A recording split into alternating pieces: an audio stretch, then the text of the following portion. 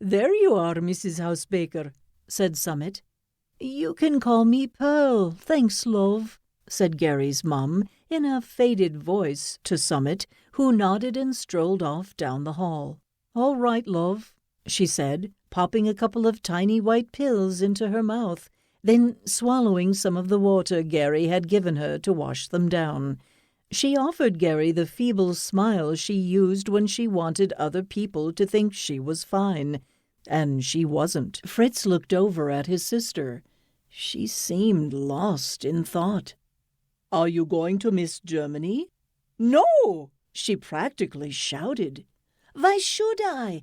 Why should I miss a place that treats us so badly? If I could, I would not think about this place again. And it can all go to hell. I mean it, Fritz. If only our family would all leave.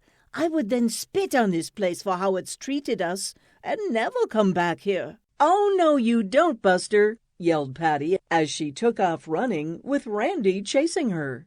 "Gotcha," said Randy as he grabbed her arm and quickly jumped into the water, pulling her in after him. For a few days, my wildest imaginings kept sleep at bay. A heightened anxiety dulling my appetite. It was the mixture of hope and fear that was the most difficult to manage. Hope that I might yet meet the gene pool of my source species. Fear that the story could be a grand hoax. Liam flexed his helpless form against Chisa's thaumaturgic binding. His strength of spirit was indeed undeniable. Most people so privileged broke under real adversity. At least, that had been Chisa's experience. But Liam's exception, however remarkable, remained irrelevant. "Such a pity," Chisa purred, looking down at the scholar. "The one night when you're actually imperiled and your precious Mao isn't here to protect you."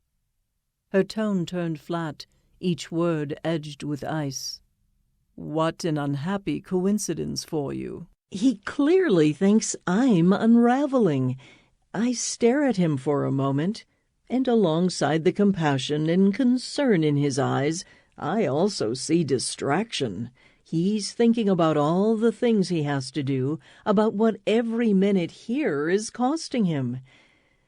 And so I realize the only choice is to be honest with him. Sort of. Patty looked at Taylor and said, "My goodness, you look like you've been beat up, Taylor. Don't you know better than to take on an army of yellow jackets?" "I guess not," he said, trying to talk through his swollen lips. "You look kind of miserable." Kind of miserable,"